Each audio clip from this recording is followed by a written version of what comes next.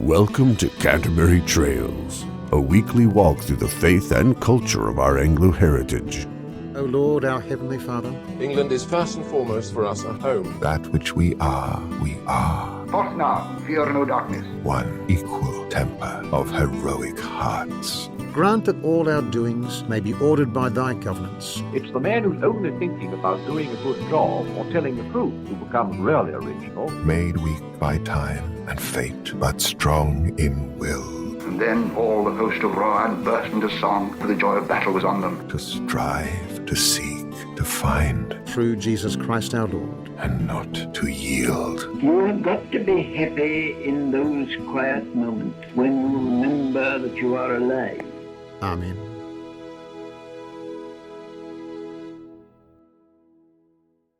Welcome to another episode of Canterbury Trails. We are back for Christmas because you can't miss Christmas if we're talking about Anglican culture and theology and the English tradition. So, Jared, thanks for doing this. We squeezed this in at the last minute before Christmas. I did guarantee that it will be out before Christmas, so everyone seeing this can be thankful for the hard work that Jared and I are putting in after months off of vacation time. We do have plans for Canterbury Trails going forward. We've been discussing it over the last couple of weeks, and we just thought, what a better way, there's no better way to pick this up than with a Christmas episode.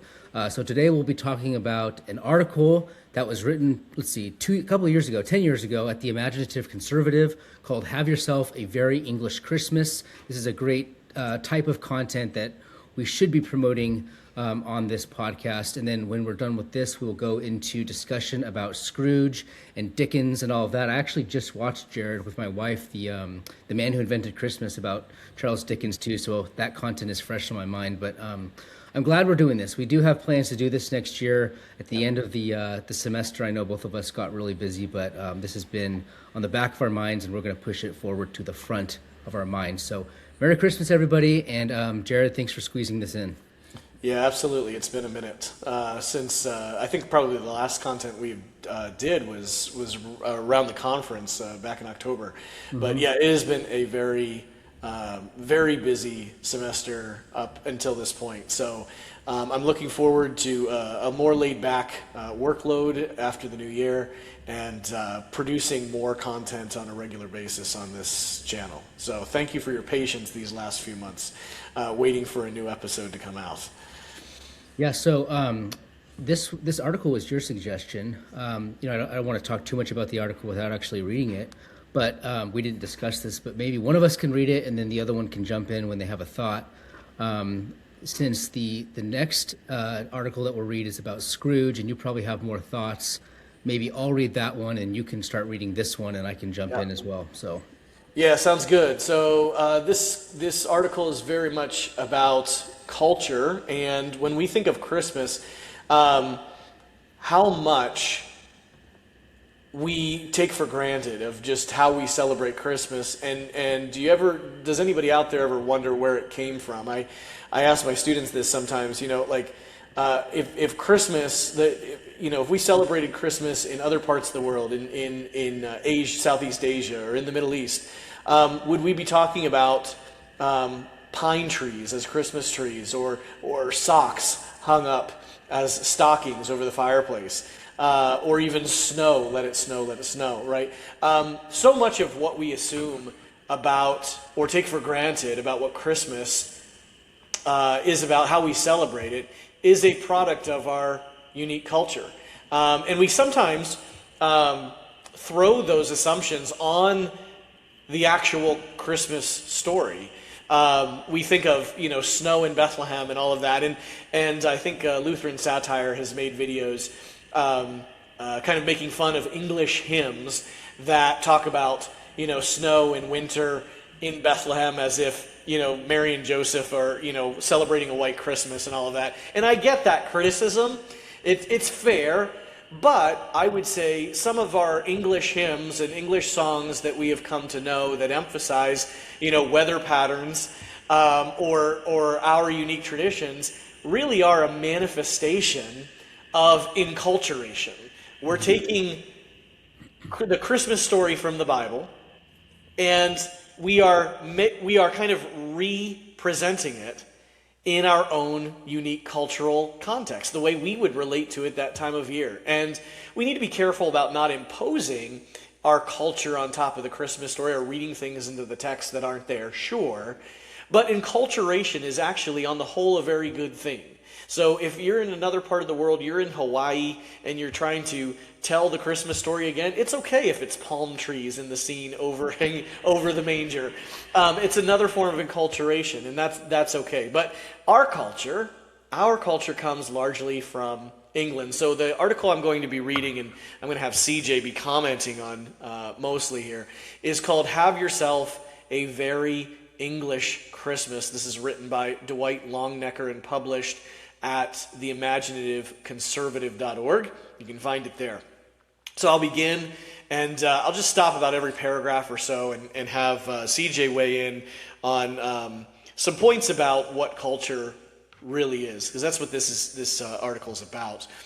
All right, it begins this way. Having spent 25 years of my life in the damp lands, I can affirm that while Americans cannot be, beat for Thanksgiving, the English cannot be beat for Christmas. Yes, it is true, the dour snobs in the land of Scrooge know how to pull out all the stops and celebrate Christmas in style. I doubt if any true conservative is not also at least a little bit of an Anglophile. So take a few moments to learn some of the great English Christmas customs, and do not be afraid to integrate them into your very American Christmas. You will find they add a bit of English spice, jollity, and frivolity into your festive season. Hey, Jared, I have a thought there. I actually had a little bit of a engagement on Twitter, as I am off to do, but this one was actually mentioning Christmas, and people were pointing out it was secularist, not like a Puritan or anything, that Christmas, and all of our festivities and trees and things that we do, they're not found in the Bible. Kind of making fun of us for doing this, and it kind of plays into what you were saying, that to have a man that's fully developed, to have a society that's fully developed, he absorbs things from the world around him, and he absorbs things from the history that made him. And I think that God intended it this way. This is not something that we have to work against, like it's this constant burden that's holding society back from being fully enlightened or something like that, although that is one of the rationales of this age, in our very ahistorical, anti-historical age. But I think Christmas is one of those really unique times when it's staring us right in the face how much of ourselves are actually pre our own consciousness, that the things that we are attracted to during the holidays are things that actually preceded us, long ago. And so all of the festivities and the things that decorate our vision on a daily basis, going through stops and shops in town, even if it doesn't feel as Christmassy as it used to, and I think a lot of us recognize that, there's still something there that is born before we are, and I think that is one of the, it's at its most explicit during the Christmas season, and I think this is like a very good moment for us to sit and reflect on the fact that we ourselves are the product of a long history of this, what you call enculturation, and that we need to lean into that and appreciate that, and maybe as parents be self-conscious about passing that on. Yeah, I liked what you said there just in passing a moment ago, talking about stripping down. I think sometimes, and there is value to this actually, in kind of deconstructing or stripping down and removing our cultural assumptions, in our study of Scripture, to understand, say, who Jesus is in his Middle Eastern first century context. All that is fine, good, and that is necessary to really understand the words of Scripture. But at the same time, I think there is a danger there in saying, the Jesus I want to get to know is one that is completely stripped down to the point he's almost not incarnational anymore. Because we remove, you talk about human beings absorbing the culture around them. They take on layers, human beings, as they are exposed to more, or people are exposed to them. And so I think there is something important about as I said, enculturation, the idea that we can have this pure Jesus that's a scriptural Jesus, though, where we've eliminated all of the physical things by which we relate to him. We've removed the snow, we've removed December, we've removed the holly, we've removed all of this, and now we can get down into, we've even removed the nativity scene, because it's possible Jesus was not even born in a barn, that it was actually in a house where animals were. I think that's fine, but the idea that it's like, remove the manger scene, remove the nativity, remove the snow, remove everything, that all these symbols that you have kind of inherited over years that have formed people's imaginations, strip it down to something you almost don't even recognize or relate to anymore, and then somehow you're getting to the pure, unfiltered, experience of who Jesus really is. And I think there is a problem with that as human beings as human beings with senses and with bodies, we relate through common experiences, and those experiences can bridge gaps between the two worlds, the world of the Bible, our world, or any world in different times in history. Yeah, no, I think because we live in a world of lies right now, I think a lot of people are really into like the fact check, but I think a lot of people don't appreciate that you can fact check your way right out of an identity. You can fact check your way out of a history, and that is a very Jacobin impulse that I think permeates our society. So, anyways, we're only on paragraph 2, so I guess we better keep going. All right, so the author now begins to list these these different aspects of what makes an English Christmas. So, first, festivities. The English celebrate Christmas with style because they avoid the commercial secularity of American Christmas. Christmas is a Christian festival, and you will not be snowed under with red-nosed reindeer, frosty snowmen, Santa, and songs about city sidewalks. Instead, the English still sing Christmas carols, and believe it or not, they go house to house singing them.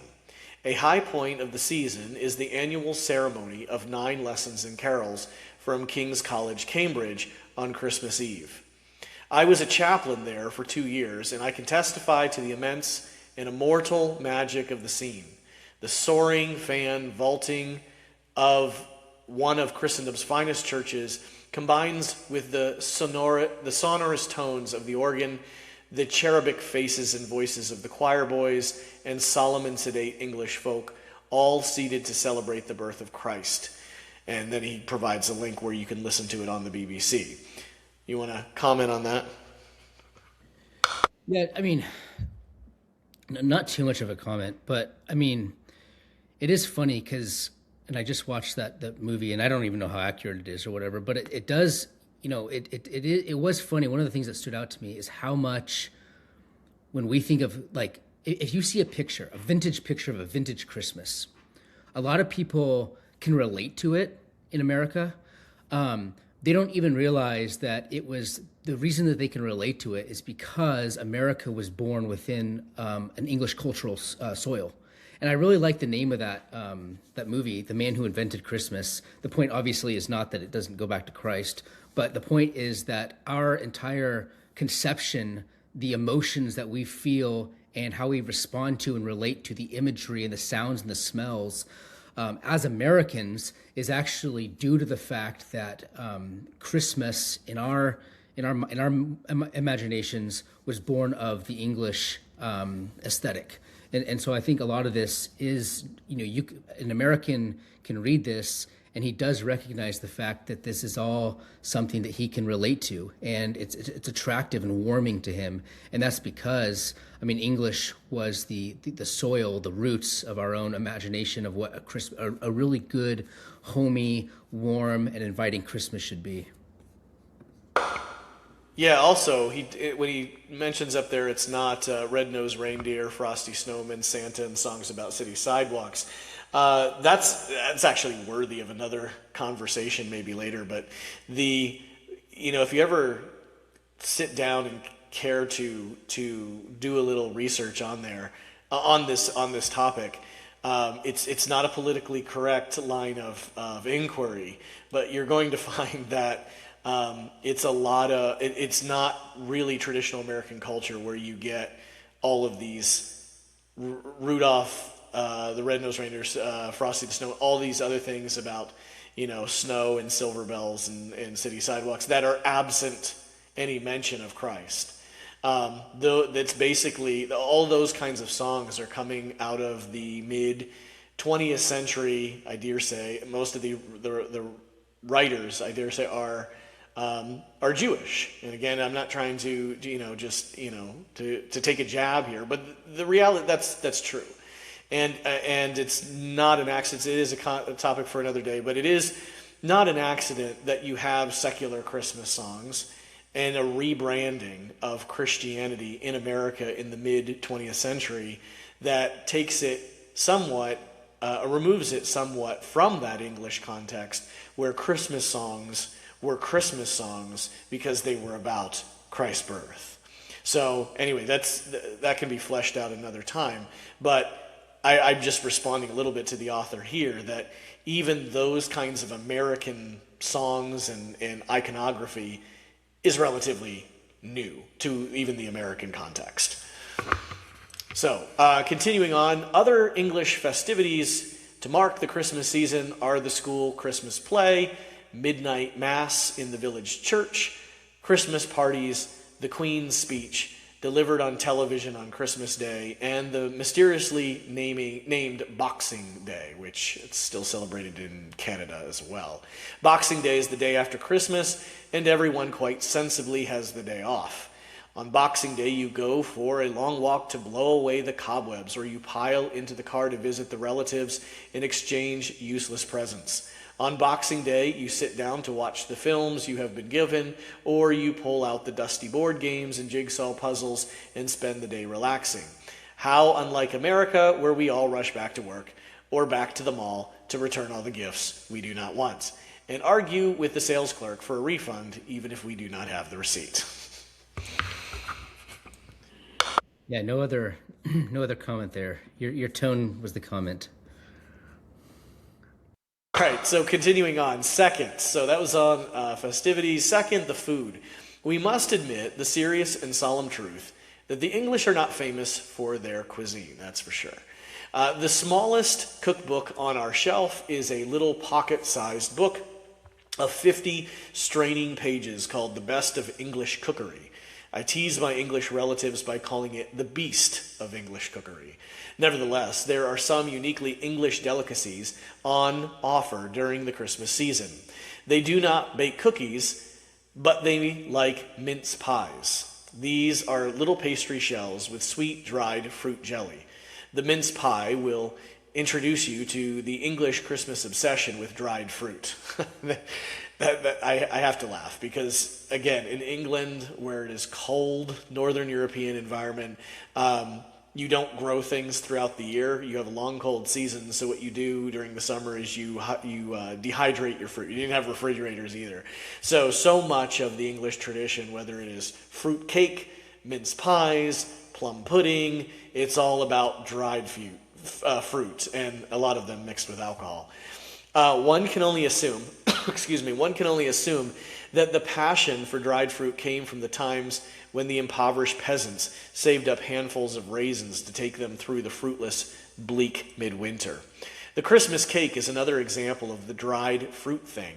It is a heavy, dark fruit cake which is cultivated throughout the year with a strange ritual. For the perfect Christmas cake, you start in January, and through the year you add small amounts of booze and let it soak in.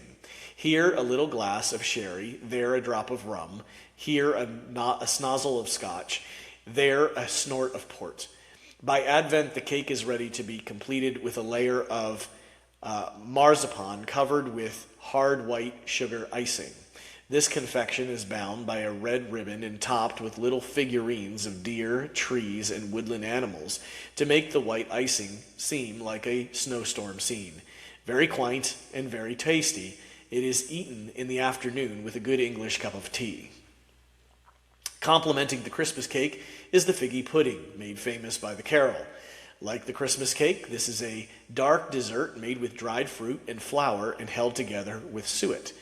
It must be steamed in a double boiler or cheat with a microwave. To serve it, you plop it upside down out of the bowl, shove in a sprig of holly, douse it with brandy, set the whole thing alight, and carry it in a solemn and riotous procession into the dining room. It is served with brandy butter. Buy the pudding from the same source as the cake and find the recipes here, it says. These sweets follow the Christmas lunch at which our English cousins demolish the turkey. Alas, the Dickensian Christmas goose has almost disappeared and been replaced by the American imported bird. Christmas lunch not only features the roast turkey and stuffing, but a bowl of carrots with a sweet glaze, roast potatoes, roast parsnips, and Brussels sprouts, which will make old Uncle Nigel flatulent and amuse the children. I cannot conclude without some instructions on the beverages. Mince pies are to be accompanied by a glass of sherry. Ladies will prefer sweet cream sherry, gentlemen a dry or medium sherry. Before dinner, a discreet cocktail is best. A gin and tonic is very English, or perhaps a dry martini, but certainly nothing crude or rude like a screwdriver, a Bloody Mary, or a drink called Down and Dirty, or Lose Your Shorts. White or red wine with Christmas lunch, and afterwards a glass of port or liqueur, or maybe a glass of bubbly, sparkling wine, or champagne. I don't have much of a comment on that. I was raised a Baptist, an American Baptist, so this is completely foreign to me. All the stuff about enculturation, this stuff did not get passed on. But it is fascinating. It's nice to have someone appreciate something that's beyond just go down to Kroger's and get a disgusting who knows where it was produced eggnog. So which was much more of an American tradition. So I don't have much commentary on that, except for it's very elite and it's above my head. One thing I will just say is to notice the preparation. So this is not something that you just whip up last minute. In terms of the cakes or the figgy pudding and all of that. This is something that's built throughout the year. In fact, in the collect for the last Sunday before the Advent season, it's literally called Sunday Last Before Advent. That's the title of the Sunday. So the last Sunday of the Trinity season before Advent, in the collect for the day, the main petition of that prayer is that God would stir up among us that we would do good works. Stir us up to good works. And this became known as Stir Up Sunday. So it's the day in which you stir up your figgy pudding. You take the alcohol and the dried fruit and all of that, and you add the flour, and you cook it up, bake it up, and you leave it out. It hangs out to, to kind of ferment, to all those flavors that have been cooked in. It is left out to hang basically for a month before it is consumed on Christmas Day. So right in the collect of the day, stirring us up to good works, it became known as Stir Up Sunday. That is the day you prepare your figgy pudding for Christmas. So again, it's very close connection between what you're doing at church and then what you come home and do. You're preparing weeks ahead of time, for the Christmas lunch. All right, so moving on to the third section. This is the third and final point. We're getting near the end here. Third, the frivolities of Christmas. The English let their hair down for Christmas, and one of the oddest and most enjoyable of their festive frivolities is the Christmas pantomime, or panto. In brief, this is a theatrical entertainment based loosely on the children's fairy tale. In every town, the local theater makes up for the year's losses by selling out houses for the Christmas panto. Families throng to the pantomime to see Puss in Boots, Cinderella, or Jack and the Beanstalk. There is a pantomime dame who is a large actor dressed outrageously as a woman who clowns around with plenty of slapstick. The principal boy, or hero of the plot, is actually a leggy young actress, while the rest of the cast are a motley crew of jesters, dancers, and varied entertainers. The English panto is something that can be experienced even if it cannot be explained. Other frivolities of the season are the New Year's Day polar bear swim, in which English people strip down to their briefs and bras and holler a lot as they plunge into the icy North Sea, and last but not least, the Christmas cracker. The Christmas cracker is like a cross between a fortune cookie and a party popper. The cracker is a paper and cardboard novelty placed on the Christmas table. Inside is a miniature firecracker, which pops as you pull the two ends of the cracker. The whole thing comes apart as you pull, and inside are little gifts: a miniature pocket knife, a comb, or a tiny toy, and a scrap of paper with a bad joke, which inevitably becomes hilarious with a few more sips of wine. Also included in every Christmas cracker is a tissue paper crown that must be unrolled and worn during Christmas lunch. Every English person, from Duchess to dustman, wears a Christmas cracker crown at Christmas lunch. Even Her Majesty the Queen exchanges her crown for a tissue paper tiara. The Christmas cracker crown is mandatory, no exceptions and no excuses. And that's the end of the article. Yeah. Yeah, these are these little types of pleasantries, I think, are really underappreciated. I don't know if it's just the process of getting older, or maybe I suspect it's the time that we live in, but things feel less and less like Christmas. I mean, and everyone always says that, but there's just the magics. I mean, he calls it, the frivolities, but I think that these little things, you take a man who was born in the 1930s or the 1940s, and you refer to some of these things to him, and then you have him look around at the state of England today, and it's probably a very emotional and very devastating reflection. And I think that we don't really appreciate, because we're so, as a culture, obsessed with the new and the shiny. And I think this is a good transition to our next articles, which are more on economics. But as we obsess over, and it's hard to avoid it. Like even us who might be more self-conscious about the loss of the historical meaning of Christmas and all of that, and get caught up in the consumerism. Christmas is a time when actually you can do your best to avoid those things. And Christmas isn't actually unique in its consumptionism, but it seems like the consumptionism of Christmas today is very much intentional. I mean, you mentioned the secularization of Christmas in the songs that we sing, and I know that list you're talking about, the top 10 American songs, all of them were produced in the 20th century. You mentioned by Jewish sources, and that doesn't mean that's not like an assault on Jews, but the reason is because to them they don't have that long-standing soil that they're absorbing and then trying to pass on going forward. So all of these little frivolities are indeed frivolities to them. They're just nonsense. They make no rational sense. You can't look at this list and explain it logically, because that's not what culture is. And I think that's, Christmas might be at a time when there's a unique assault on our culture and our tradition, but it's also a time when there's a unique opportunity for us to kind of stand stronger against, the Jacobin character of American-style capitalism, which, of course, is a great segue to the next few articles. Yeah, if I could just add one thing before we segue into that, though. In terms of these frivolities, we're not, you probably, if you were listening to that, were thinking, that's a little weird, that's silly, that strikes me as strange, the whole crown thing. It strikes me as strange reading it. And the point there is not we should copy all of this. Mm-hmm. We should feel a little bit, given that we are Americans and we're not English. We've never heard it. It should look silly to us as an outsider, because it's something simple that you just don't quite get as an outsider. But that is actually the point.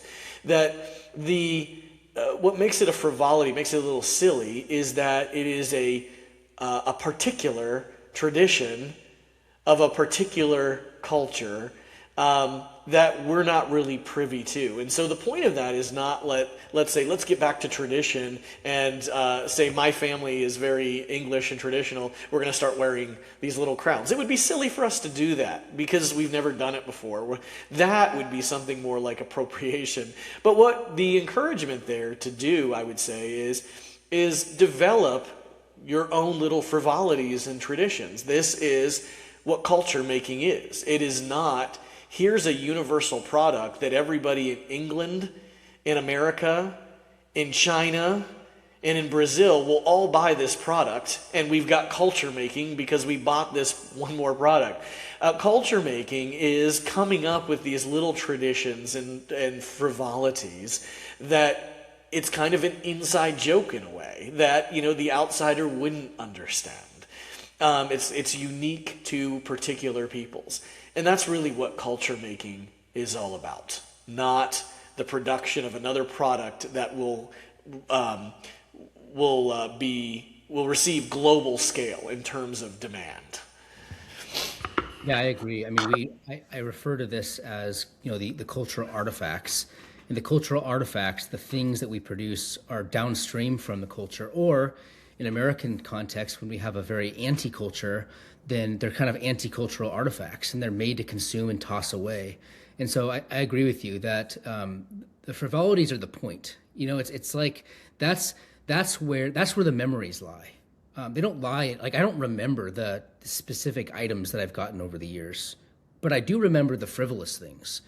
I do remember the patterns that are replicated from year to year. Those are the things that shape the soul. And I think those are the things that Christmas can really bring to life. All right. So, do you want to read? You want to start reading this next article, Scrooge Defended? Yeah, you sent me two. So let's start with Scrooge. This is the Mises one. Yes. Okay. So this one was throwback to when we met the Mises Institute. I used to defend Scrooge as well. And I know you just got done talking about this in a class, so this is good. And in fact, there was a clip of Ben Shapiro going around that I think, so the timing of this is great. And he was defending, it wasn't the Christmas Carol. He was defending Potter in the It's a Wonderful Life. But I think the same lessons can be, replicated here. All right. Yeah, actually comment on that. Let's talk about that first. Did you see this clip? Relevant. I may have. I'm not sure, but I can guess at what somebody like Shapiro would say. But what did he say? Yeah. So I wasn't listening too attentively, but the gist of it is that it's like, because the whole movie is about that the tension between the banking class, the capitalists, and Main Street, right? And the whole lesson is it's trying to communicate that idea that there's more to Christmas, and the Christmas spirit actually is a time when we should have special attention given to I guess you could call them the virtues of Christendom, right? That there's more important things than just the bottom line. And Ben Shapiro kind of dismissed that as archaic and misunderstanding the societal function of capital in this situation. And by refusing to call in the loans, he is putting not only himself at risk, but all of the other potential recipients of his capital. That's the long and short of it. But it's a really similar to what we're about to read here. So I don't want to get too far into it, but it's really par for the course for the free market absolutists to think in terms of economic man and abstractions and dollars and cents rather than the cultural virtues, which I think these stories like It's a Wonderful Life and Christmas Carol were meant to convey these Christian virtues. And I think that Christmas has long been a time when these Christian virtues kind of rise to the surface and are paid special attention to. And I think we should keep up that tradition. So I'll go ahead and read this article. So this was written in 2000. So that's a long time ago. That's 25 years ago. That's nuts. So it's Christmas again. Time to celebrate the transformation of Ebenezer Scrooge. You know the ritual. Boo the curmudgeon initially encountered in Charles Dickens's A Christmas Carol, and then cheer the sweetie pie he becomes in the end. It's too bad no one notices that the curmudgeon had a point, quite a few points, in fact. To appreciate them, it is necessary first to distinguish Scrooge's outlook on life from his disagreeable persona. He is said to have a pointed nose and a harsh voice, but not all hard-headed businessmen are so lamentably endowed, nor are their feckless nephews always ruddy and handsome, and possessed of pretty wives. These touches of the storyteller's art only bias the issue. So let's look without preconceptions at Scrooge's allegedly underpaid clerk, Bob Cratchit. The fact is, if Cratchit's skills were worth more to anyone than the 15 shillings Scrooge pays him weekly, there would be someone glad to offer it to him. This is so funny because it's like a parody. I know. Like if you said CJ, I need you to write up an article real quick to make fun of libertarians. I know. This is what it is. All right, so I'll keep going though, and you can interrupt me after this paragraph. Since no one has, and since Cratchit's profit-maximizing boss is hardly a man to pay for nothing, Cratchit must be worth exactly his present wage. Okay, so I know I've read this several times, and every time I read over it, I just can't keep a straight face. So, the issue here has to do with wages, and we talk, in economics about how minimum wages or price floors or price ceilings distort the market and are not good. Generally speaking, I would say in pretty much any case they're not good, but this is where people, I think, get confused a little bit. They think, so if we're not going to pay exactly what the market is requiring, then what you're talking about is some kind of regulatory, top-down, government-controlled program like a minimum wage that'll distort the market for everybody else. And what I try to explain is no, I'm not saying that we should have some kind of, we need a big world-class regulator to get Scrooge in line, or those like him, or propose some national government program. But think more on the person-to-person level. Just because we don't want a government program doesn't mean we have to say, in other words, that the market result here is a just one.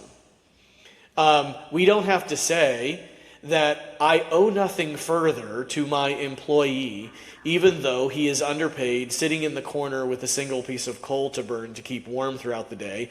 That it is not enough to say, well, this is all the market demands, this is justice, this is all I owe, and if he wants something better, he can go, get a better job, and quit being a bum, even though he's working every single day, without a day off, morning to night for you. And here's the other, what if you factor in here. Imagine Bob Cratchit is sitting there in London, in Victorian England in the 1840s or whenever this is, and England gets a whole supply of immigrants coming in down at the port. There's a whole bunch of immigrants, unskilled laborers, who are now going to enter the market, demand and increase the supply of labor. Does that mean that Bob Cratchit can now be put his desk outside in the wind, in the snow, and have him work out there and reduce his wages by a few more shillings because the labor market now says his labor is only worth even less than before because a new ship pulled in with 2,000 immigrants of low-skilled workers needing a job? Is that justice? Okay. No, just because the labor market has changed because you've added a whole supply, more laborers, unskilled laborers, does not mean that I owe my employee less. So, as I have been explaining to students, is that if we want to, we recognize we have problems in our system, but we need to really address them. The answer does not lie either in saying, well, let's try to come up with new national regulatory programs or price controls, nor does the answer lie in saying, just resorting to the free market. Whatever the market demands is just, that is all you owe, and that'll fix it. What we need to start doing instead is thinking in terms of, is justice merely the market result? Or do I have duties to those around me? That doesn't mean you have a duty to pay every employee in your country and help subsidize their income. But what about your employees? What about the people who work directly for you and have allowed you to be profitable? When market conditions change, like a bunch of immigrants come into your country, does that allow you to take a cut out of the employee's pay or make their working conditions harder because you can, because somebody else's work is willing to work for less? No. Okay. And if we start there in terms of not what's a policy for all employees or how much is my income going to be redistributed, but begin with, no, focus on your employees, and employees focus on your loyalty to your employer. When we start thinking that way, we're actually approaching something like a conservative economic program, which a strict free market actually is not. Yeah, no, I think that's right. I think one of the things we miss is, like, when you have scenes like this was born out of a secularization of Western European society, and so you have this ancient, not a virtue, but this like social responsibility, that's referred that is basically an obligation or burden that's placed on those that control these situations, and the elite in these societies had this noblesse oblige. They were pressured to have this noblesse oblige. Yeah, is what I'm driving at there, and so it's not like, because and this is actually something I'm going to write about later, but we have this like black and white framing where it's either coercive and you have a gun to your head to act, or it's completely voluntary. But there's actually something that's more important, and that's the social and institutional pressures and incentives that exist beyond bureaucracy. And I think that if in a world where noblesse oblige is important, then someone who treats his employees like that is seen as someone that's not worthy of his status in society. Exactly. And the church speaks very firmly against him. And all of the guilds and communities and clubs, they know that this person is a skank. He's someone that should not be trusted and is not worthy of his own social status. And so those things are actually more powerful at a cultural level than voluntary individualism or bureaucracy.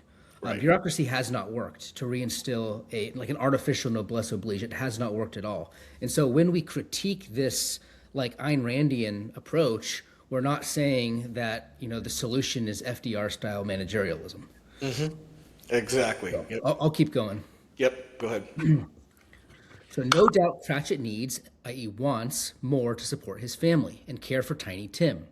But Scrooge did not force Cratchit to father children he is having difficulty supporting.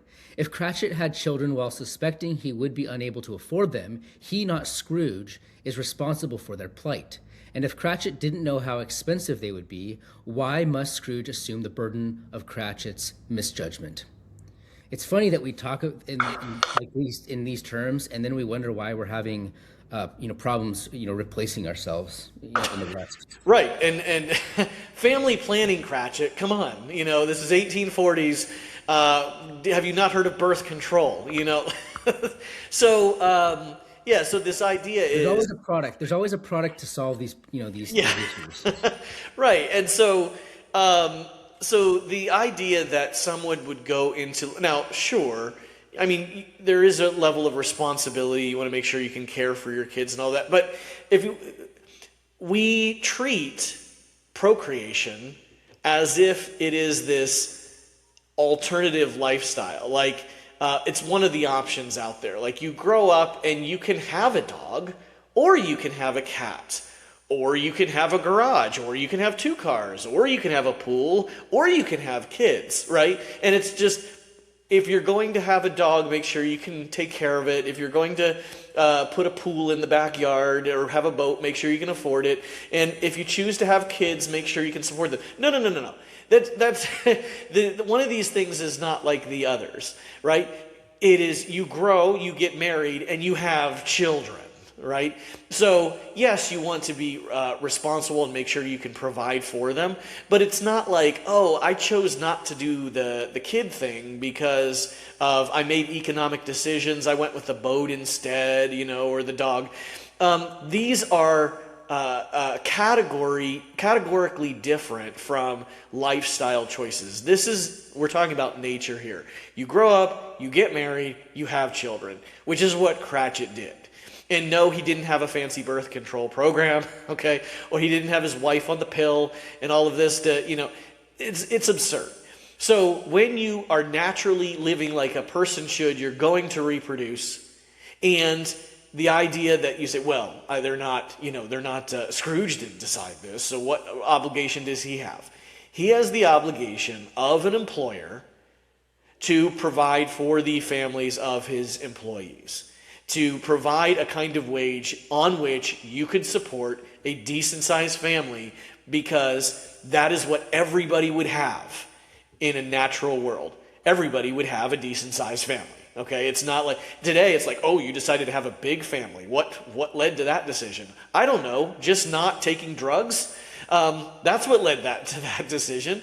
So yes, given these natural categories of natural human behavior, yes, employers like Scrooge, who has the means to do so, would have a social obligation to make sure that the people who work for him, who engage in natural human activity and reproduce, can feed and support those families. And we can get more into this too, but this is another reason why our cultural crisis is not just something that the Trump administration can come in and fix, because these exist beyond the realm of the bureaucracy. You can change some incentive things, and I think that's healthy to address some of these problems. But what you're talking about is a change in the culture. You're talking about virtue, and you're talking about social. You're talking about like social patterns, and you're talking about expectations. And so, these are the fact that we've lost these, puts us in a really dark place that I don't think our society is ready to contemplate yet. So I'll keep going. As for that one lump of coal Scrooge allows him, it bears emphasis that Cratchit has not been chained to his chilly desk. If he stays there, he shows by his behavior that he prefers his present wage plus comfort package to any other he has found, or supposes himself likely to find. Actions speak louder than grumbling, and the reader can hardly complain about what Cratchit evidently finds satisfactory. More notorious even than his miserly ways are Scrooge's cynical words. Quote, "Are there no prisons," he jibes, when solicited for charity, "and the union workhouses?" Unquote. Terrible, right? Lacking in compassion? Not necessarily. As Scrooge observes, he supports those institutions with his taxes. Already forced to help those who can't or won't help themselves, it is not unreasonable for him to balk at volunteering additional funds for their extra comfort. Any comment? Yes. So back up to where it talks about Cratchit is showing by his actions. He's not getting up and moving. He's working there in the cold corner with a single lump of coal to provide heat throughout the day. That his present wages plus comfort package is to his satisfaction. And the fallacy built in here is the idea that because something is in high demand, or somebody voluntarily chooses the least worst option, is that which they most desire, or that which they desire at all. So in capitalism, the way we think about it, we think if people want a product, they will go buy it, and that product then is in high demand, and then that will cause the price of that product to go up because it is in high demand, and it's signaling to the market people want this, right? So if there is a new iPhone that comes out and people are lined up around the store waiting for it to be released so they can get their hands on the first one, the idea is we've made a new product that people desire, and that's why they're coming in to purchase this thing. And it's popular. This is what people want. However, that is not always true. You can have situations. Think about this. Think of payday lending, which is becoming increasingly prevalent in our society. Or think about programs like Buy Now, Pay Later, where you can, even without a credit card, buy little things, buy your meal on a Buy Now, Pay Later plan and make payments on your dinner, monthly payments. These kinds of programs are becoming increasingly, quote unquote, popular in our economy. Does that mean that they are great products that people want, or is the demand here a product of desperation? So there can be products that are popular and represent great desire, okay, that the demand for these products is high because they are desirable, and then there are products and services that their demand is high because of desperation. So the fact that somebody has to go to a payday lender and pay 500% interest on their coming paycheck so that they can buy some food for the next 2 days to feed their kids, it would not be fair to look at that situation and say, boy, people really like this. This is in high demand. This is the package they prefer, and they're showing you so by their actions. So follow people's actions. This is what people really desire. No, they're at a point of economic desperation, and there is no better option. So we need to be careful about just saying, well, if people like it and people are buying it, that signals to the economy this is a good free market product that people are voluntarily choosing. They're voluntarily choosing out of absolute necessity, which is a different thing. And so we shouldn't confuse those two ideas, what's driving the demand. If you humiliate people, if you drive people down economically to such a degree where they are in desperate straits, they'll do almost anything to survive. Don't confuse that with economic success as if you've supplied a product to the market that's really helping. So the fact that Cratchit sits there in a corner and doesn't move and doesn't and works 12 hours a day, even though he's freezing cold, and has the discipline and fortitude to do that, does not mean that is a desirable place or position to work.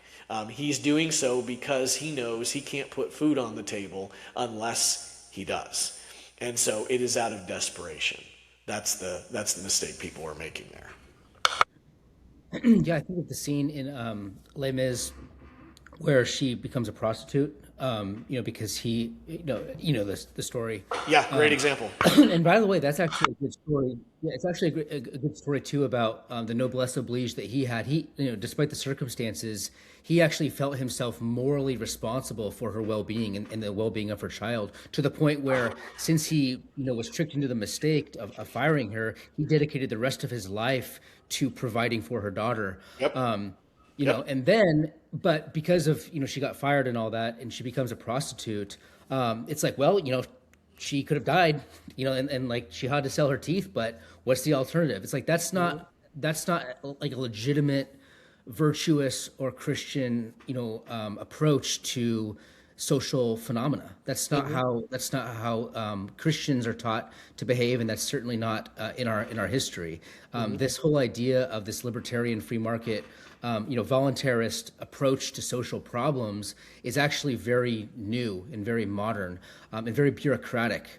Actually, and that kind of plays into the next few paragraphs there about taxes. Yeah, this is one of the problems because neither of us are free market absolutists. That doesn't mean we want this giant bureaucratic welfare state. In fact, this exposes one of the problems of the welfare state is he's not close to the people that he's helping. He pays taxes into this system, and this system allocates it in a general and vague way and doesn't actually connect the expenditure of his money to the people that he is tasked morally with helping. Mm-hmm. Yeah, absolutely. And on the Les Mis point that you were making, I think it's important to add there that the Jean Valjean character, who has this sense of noblesse oblige, is not a traditional elite. right? So he's not an aristocrat. He's a fugitive from the law who is disguising his identity, but has been successful. And with that success, he absorbs this kind of cultural responsibility. He doesn't say, listen, I pulled up myself by my own bootstraps. I was at the bottom of the bottom, and I made it work without any privileges, and all I am therefore obligated to do is pay these people a wage, and if they got fired somehow and they couldn't keep down the job, then that's on them. The fact that this woman has a daughter, right? She decided to have the daughter. That's not me. I just find it fascinating that even in Victor Hugo's character here is you have somebody, to your point, displaying this sense, this cultural elite sense of noblesse oblige, who is not a traditional participant in that. He's not a traditional elite. He's a commoner who has disguised his way to elite status, and yet feels that cultural pressure that he has a duty to somebody who worked for him, and not just to her, but to her family, in this case, her daughter as well. Scrooge is skeptical that many would prefer death to the workhouse, and he is unmoved by talk of the workhouse's cheerlessness. He is right to be unmoved, for society's provisions for the poor must be, Dickensian. The more pleasant the alternatives to gainful employment, the greater will be the number of people who seek these alternatives, and the fewer there will be who engage in productive labor. If society expects anyone to work, work had better be a lot more attractive than idleness. The normally taciturn Scrooge lets himself go a bit when Cratchit hints that he would like a paid Christmas holiday. It's not fair, Scrooge objects, a charge not met by Cratchit's patently irrelevant protest that Christmas comes but once a year. That's a legitimate argument. Unfair it is, for Cratchit would doubtless object to a request for a day's uncompensated labor, and yet, as Scrooge shrewdly points out, you don't think me ill-used when I pay a day's wages for no work. I want to comment on that. I think, this is kind of the peril of individualism, that it's not a random day that Cratchit happens to find value in. It's a socially perceived valuable day that goes back thousands of years, and that is a legitimate claim of valuation. Mm-hmm. Well, and the same can be applied to Sundays, right? Oh, you happen to want off on Sunday, right? You just happen to... No, Sunday is objectively the Lord's day. Right, and so we could talk about in terms of blue laws and things like that. One person values this day and just happens to be they want off to worship in church, right? But I think the same is true here. It's like we're treating all of these things, whether it's the Christmas holiday or Sunday, or as you said, as individual preferences, mm-hmm. rather than objective realities. Yep. All right, so Cratchit has apparently forgotten the golden rule. Or is it that Scrooge has so much more than Cratchit that the golden rule does not come into play? But Scrooge doesn't think he has that much, and shouldn't he have a say in the matter? Scrooge's first employer, good old Fezziwig, was a lot freer with a guinea. He throws his employees a Christmas party. What the ghost of Christmas past does not explain is how Fezziwig afforded it. Did he attempt to pass the added cost to his customers, or did young Scrooge pay for it anyway by working for marginally lower wages? The biggest of the big lies about Scrooge is the pointlessness of his pursuit of money. Wealth is of no use to him. He doesn't do any good with it, opines ruddy nephew Fred. Wrong on both counts. Scrooge apparently lends money, and to discover the good he does, one need only inquire of the borrowers. Here is a homeowner with a new roof, and there a merchant able to finance a shipment of tea, bringing profit to himself and happiness to tea drinkers, all thanks to Scrooge. Dickens doesn't mention Scrooge's satisfied customers, but there must have been plenty of them for Scrooge to have gotten so rich. Scrooge is said to... Do you have a comment? No, I'll very, very quickly, and I'll just repeat what I said earlier. This is another example of assuming desire rather than desperation. So to say Scrooge got really rich lending money, therefore he must have a bunch of satisfied customers that he is serving. Not necessarily true. You can get really rich from lending, okay, without having satisfied customers, and customers who would prefer not to lend it or to borrow at all, but simply were forced to. So Scrooge could be the payday lender of that day, lending out to a bunch of poor people at exorbitant high interest rates that they would prefer not to pay him, but he's going to get paid because the law supports it and is going to enforce it, and he is going to become rich, and the customers are not going to be satisfied nor be better off if he's lending for unproductive purposes. So it's not quite true that his lending has been so productive and that his his gains have been for the greater good of everyone else. It may be, it very well could be, on the basis of desperation rather than desire, that he has a demand for his capital. Right. Yeah, this is another one of those. There's this phrase that I like to use when I was coming out of libertarianism called state capacity libertarianism. And what that means is libertarians have this tendency, free market advocates have this tendency to apply like abstract dynamics of the market into a system that's obviously, and by their own terms, a bad system. So if we have the central bank with fake money and all that stuff, I actually still agree with all that. I think those are legitimate things to say, but you can't apply this absolute libertarian dynamic in a world where people are so desperate for, a 10% loan so they can have a 50-year mortgage. If you look at that absent to the structural problems, then you're actually, contributing to the deeper malaise that's affecting culture. And I think that's something that we should talk more about. And whenever we do talk about structural things, we get accused of being woke right, and things of that nature. But I think that's a very important, aspect to this entire conversation is if you pull out a dynamic like this and free it from the systemic causes of this dynamic, you're going to reach conclusions that are totally different than what an actual real world situation should be argued. I think that virtue requires particularity. And so I think even our judgment about cases like this need to be seen in the context of what was going on in England in the 19th century. And so a lot of this capital was artificial. A lot of it was the product of legal changes and political changes that were, trickling down into society. And so when you just look at that in an abstract way and you call this dynamic legitimate without looking at the actual political cause of the free market system, you have a defunct and paralyzed, analysis. Agree 100%. Okay, a few more paragraphs.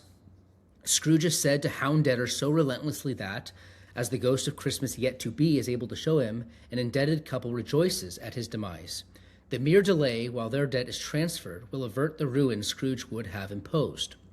This canard is triply absurd. First, a businessman as keen as Scrooge would prefer to delay payment to protect his investment rather than take possession of possibly useless collateral. No bank wants developers to fail and leave it the proud possessor of a half-built shopping mall. Second, the fretful couple knew and agreed to the terms on which Scrooge insisted. By reneging on the deal, they are effectively engaged in theft. Third, most important and completely overlooked by Ghost and by Dickens, there are hopefuls whose own plans turn on borrowing the money returned to Scrooge from his old accounts. Scrooge can't relend what Caroline and her unnamed husband don't pay up, and he won't make a penny unless he puts the money to use after he gets it back. The hard case, of course, is a payment due from Bob Cratchit, who needs the money for an emergency operation on Tiny Tim. Here I depart from the text, but Dickens' characters are so familiar to us, they can be pressed into unfamiliar roles.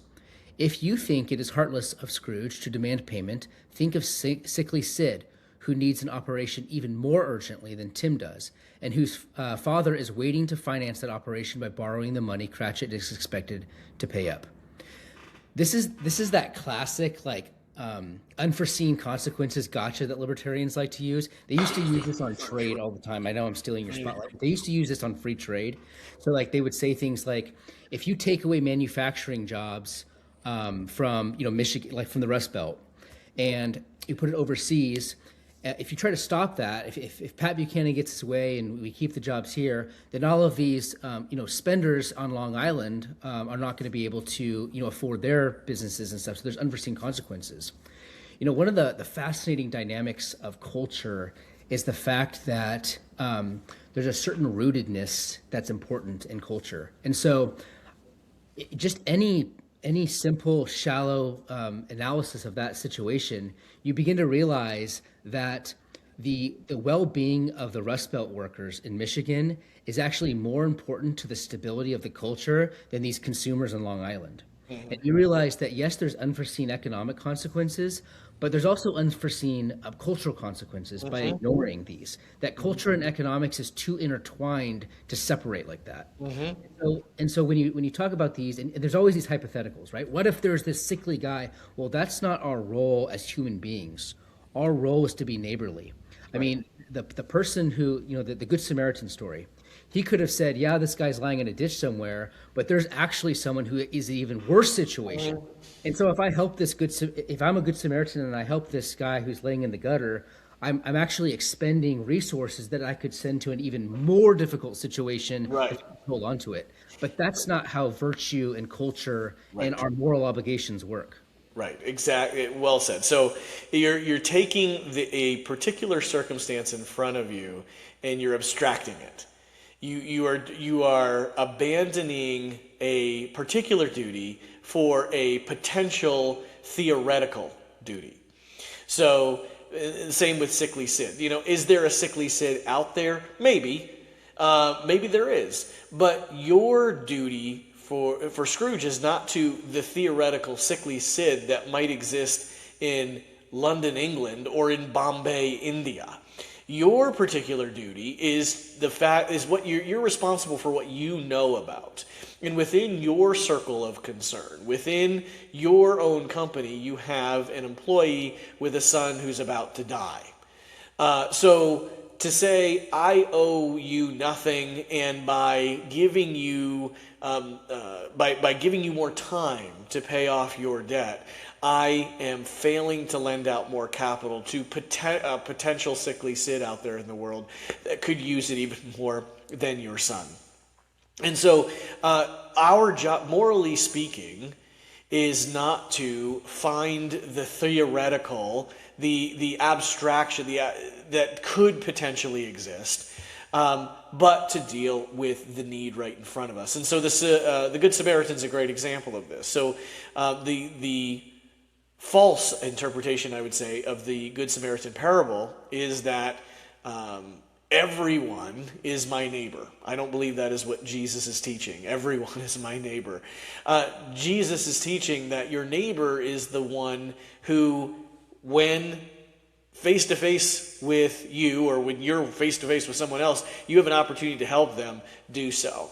And so if the Good Samaritan would have said, man, it's going until I get this guy bandaged up, until I get him to an inn somewhere and pay his stay for his lodging at the inn until he gets healed up, I could have deployed that capital somewhere else, because if I would have continued on to Tyre somewhere, there's a business up in Tyre or somewhere that could have used that capital to transport goods over to Asia Minor, and that could have helped some kid in Asia Minor who needed them. That's nonsense. You have somebody right on the road in front of you bleeding and dying. You don't have to theorize your way out of a potential greater good that could come. Right there is your duty, right there. And so this is all part of being human, right? If we were all knowing like God, and we could see all the transactions in the world and all of people's needs at the same time, we could make those kinds of calculations. But we're not. We're humans. We make decisions based on what's right in front of us. And one of the problems with economics as a discipline is that it tries to find a theory that is rational to make all of these kind of moral decisions for us. And I finally get, it took me a long time to understand this, but there's a line in Burke's Reflections on the Revolution of France where he talks about chivalry is gone, the age of chivalry is gone. And he says, replacing it is the age of calculators and economists and something else. Mm-hmm. And I've always loved Burke, but I was like, Burke, why are you picking on the economists? Like, we need calculators. Economics is great.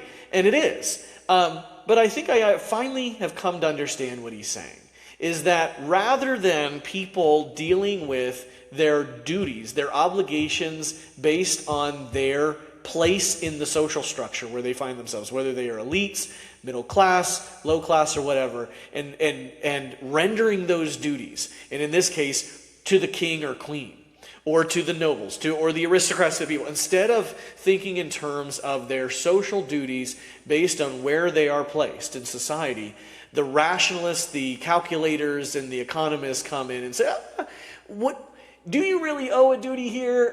This will all balance out in the end. You know, if you just pursue your own self-interest, that it'll all come out in the wash. I think that's what Burke is referring to. Yeah, no, and I think that makes a whole lot more sense to me. So the sleight of hand here, and this is what I instruct a lot of my students about, is when you are presented with these kinds of arguments, don't allow your interlocutor to make this sleight of hand by theorizing the potential abstraction. There's somebody out there that could be worse off. Don't let them slip that in there, because if they can't, if they're not allowed to do that, their whole argument really falls apart. The question is, what do you do with the time you're given, the resources with which you've been entrusted, and the needs that are right in front of your face? Yeah. Well, I mean, the funny thing is, if we're allowed to do, hypothetical abstractions, then, in this case, there's a guy named, Profiting Peter, and if he had just helped the person around him, Sickly Sid, then Sickly Sid would be all right. But unfortunately, Profiting Peter was a Randian, he was a libertarian, and he decided, to hold his money and spend it elsewhere on someone else, and Sickly Sid died. So, I mean, that's what I would say to that, since we're playing the abstraction game. There you go. There you go. All right, so I'll keep going. So is Tim's life more valuable than Sid's just because we've met him? It's so funny how, real quick, these free market economists are really into, subjectivism. But now we have to wonder is Tim's life more objectively valued than, and we have to play this dumb game about whose life is more valuable when we should be talking about virtue and individual responsibility. Anyways, so how do we explain to Sid's father that his son won't be able to have the operation?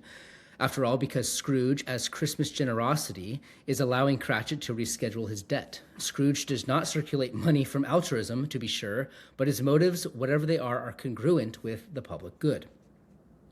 Again, you can put up any hypothetical to help save, Sickly Sid or whatever. So, but what about the motives? Scrooge doesn't seem to get much satisfaction from the services he may inadvertently perform, and that seems to be part of Dickens's point. But who, apart from Dickens, says that Scrooge is not enjoying himself? He spends all his time at his business, likes to count his money, and has no outside interests. At the same time, but by the way, that relies on a very truncated understanding of joy. Yep. I'll just say right there that, and then it goes back to this idea of there's no objective good in this system. There's no good, there's no true and beautiful. It's all personal preference. So take somebody who is mentally ill. Mm-hmm. Okay? Mentally ill and extremely socially awkward. Cannot interact with other human beings, and has lost it, does not not able to maintain relationships. Let's say, well, they spend all the time drawing on the wall by themselves. Well, obviously, that's what they prefer to do. So who's to say that this person is suffering? Who's to say that they're not happy because they spend all the time alone drawing on the walls, half insane? Who's to say? Well, I am, because I recognize, not because I'm the expert on everything, but I do know and I affirm that there is a good, there is a true, and there is a beautiful. So when we look at somebody suffering with mental illness and antisocial behaviors, we don't say, who's to say they're not happy? So in Scrooge's case, yeah, he has no relationships. He has no family, he has no joy, and you could say, hey, he just prefers to do this. No, it's because he has an unbalanced life. And so there's a huge hole in Scrooge's heart, and he is not enjoying the good life. And yes, there is a good life, not just, the good life is not just whatever an individual prefers as exemplified by their behavior. So yes, that's the problem with that argument. Yeah, see, there is a good, there is a true, there is a beautiful, there is a norm. Yeah, I agree. And at the same time, Scrooge is not given to brooding and shows absolutely no sign of depression or conflict. Whether he wished to or not, Dickens has made Scrooge by far the most intelligent character in his fable, and Dickens credits his creation with having nothing fancy about him. So we conclude that in his undemonstrative way, Scrooge is productive and satisfied with his lot, which is to say, happy.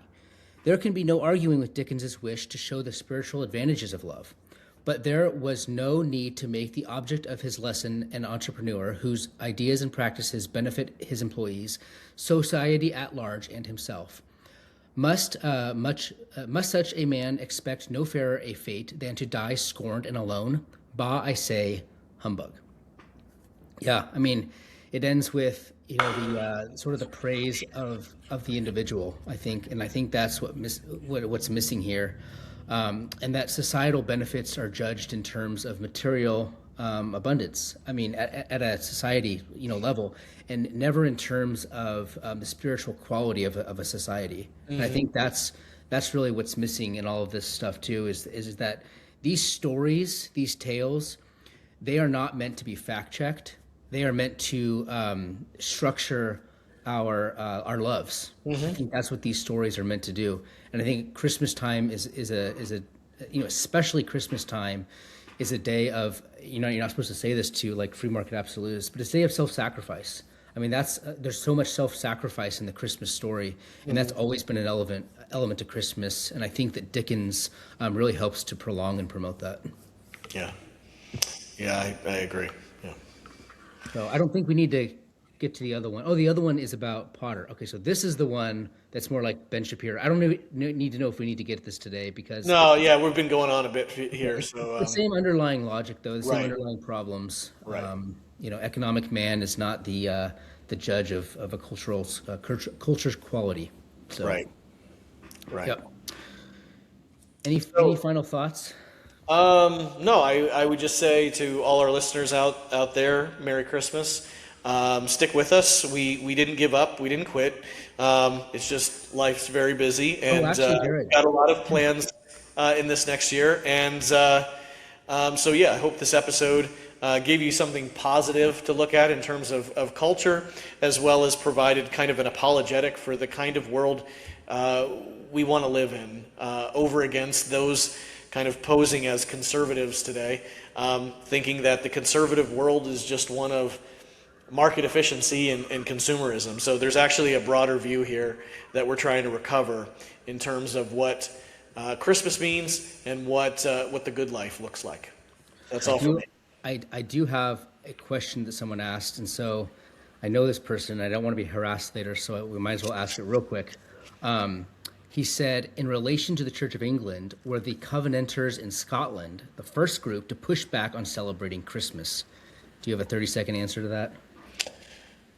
No, not to mine. Not a well-informed answer. There may have been others. I'm not sure. But it had been the practice universally of the church, throughout the Middle Ages, throughout it wasn't in the very first centuries. It's not until about the 3rd or 4th century it comes around. But I can't think of another group that I know of. I'm not saying, I don't want to say with absolute authority there wasn't. But given the structure of authority and how you functioned in the Middle Ages, where you followed the church, you followed the church calendar. I don't see where you would get a critique of celebrating Christmas outside of the kind of the more radical Reformation that the Covenanters represent, which is, I don't see this in my Bible. I mean, who's going to say that in the Middle Ages? I don't see this in my... They didn't have one, right? Mm-hmm. And it was all in Latin. So I don't see this in my Bible, therefore it's unbiblical. I don't see how you're going to find one. So again, that's my answer. Correct me, somebody can out there correct me if I'm wrong, if there was some fringe group in the Middle Ages that did, or I don't know. I don't see how they would, but to my knowledge, that covenanting group, that kind of regulative principle approach is, to my knowledge, would be the first legitimate, credible objectors to the holiday. Yeah. Good. I don't have a different answer. So Merry Christmas to everyone. Enjoy your families, enjoy your festivities, and anything frivolous, make sure you engage in happily, be of good cheer, and help those to the extent that you can enjoy Christmas as well. It's a dark time, and so I hope everyone can just spread that Christmas cheer as we've been doing for over 1,000 years. So Merry Christmas to everyone. Have a happy Anglo-American Christmas, and we will see you in the new year. Merry Christmas. Thank you for joining us this week on Canterbury Trails. If you like what you hear, we'd appreciate your support by liking, sharing, and subscribing on whatever platform you're hearing us. Stay tuned for more weekly episodes, and we'll see you next time on the Canterbury Trails.